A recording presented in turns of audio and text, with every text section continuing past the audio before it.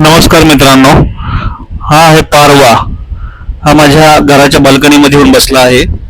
मला एकच विचारायचं की याला मी आवाज काढले की हा रिॲक्ट करतो, इकडे तिकडे पाहतो. मग याला ऐकण्याची क्षमता आहे का? याचे कान मला तर दिसत नाही कुठे. जर याला ऐकू येत असेल तर याचे कान कुठे आहेत हे मला सांगा. आणि याला ऐकण्याची क्षमता असते का? प्लीज कृपया कमेंटमध्ये लिहा.